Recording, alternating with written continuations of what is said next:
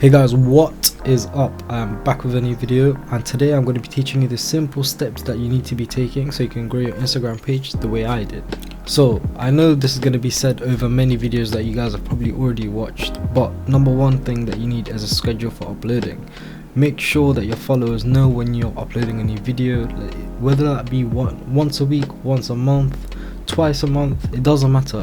As long as you tell your followers when you're going to be posting, go into your Instagram and check what time your followers are most active and be uploading at those times and at those times of the week, because that's when you'll be getting the most amount of organic reach from your actual account to your posts. If you're posting at a time when none of your followers are active, there's going to be no point, because no one's going to be seeing your post, which means it's not going to get pushed out to the explore page, which means it's not going to attract any more new followers. Number two is also another one that you guys have probably heard multiple times, but it's picking a theme or a style. Especially if you're a photographer or a fashion page or something along the lines of that, you need to pick your style and you need to stick by that style no matter what. Now number three is very important, and I feel like a lot of people don't do this properly, which is to brand yourself and have a very unique bio. So as soon as people land on your page, they need to know exactly what you do and the type of person you are and what you offer, whether that be photography, videography for myself, or if you're a model or something, they need to see your portfolio straight away.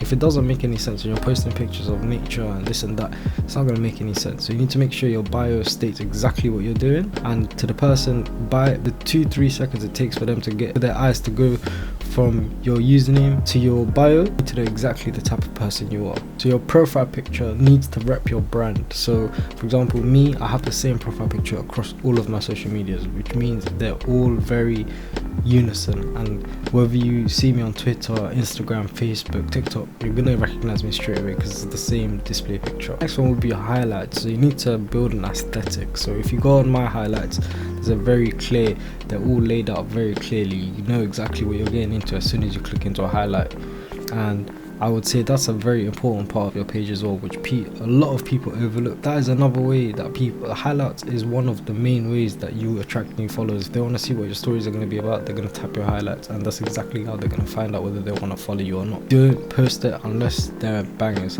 There's no point uploading content that you're not proud of, because at the end of the day, that's your portfolio that you're uploading on there, especially if you're trying to grow your Instagram as a business. The next one is very overlooked too. You need to research the type of hashtags that relate to your account, and if you find the right hashtags, you get very good reach. For example, some of my pictures purely on hashtags, they ride the wave purely on hashtags. It's not because of the amount of followers I have, it's just because of the hashtags I use.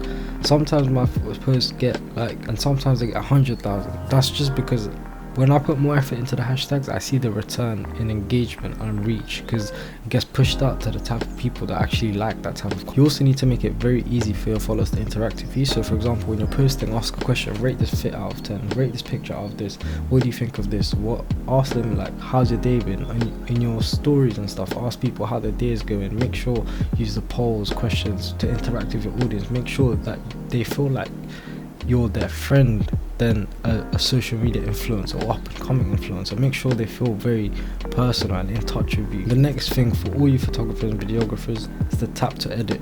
So when you're going through your stories and you post a banger and people want to know how it's edited, put a tap to edit. So every edit you've done, just tap every day. They can easily see your process. The next one is for you lot that only shoot with influencers.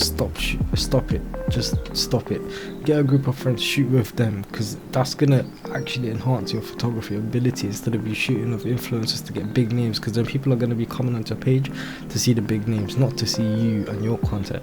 So you need to shoot good stuff, and then if an influencer wants to shoot with you, go ahead and shoot with them. Now I know I've been talking about Instagram a lot, so I'll leave it right there for you guys to follow. It's at Bash Davidson. Now if you don't already follow me on TikTok, just go ahead and follow me on TikTok too. And if you did like this video, leave a like down below, because it would help me out a lot. If you did have any questions, leave it down in the comments below and I'll get back to you as soon as possible, which will be very fast. And if you haven't already, make sure to subscribe to me, and if you're subscribed to me, make sure to hit the bell notification to be notified as soon as I upload a new video, and I'll see you guys in my next video.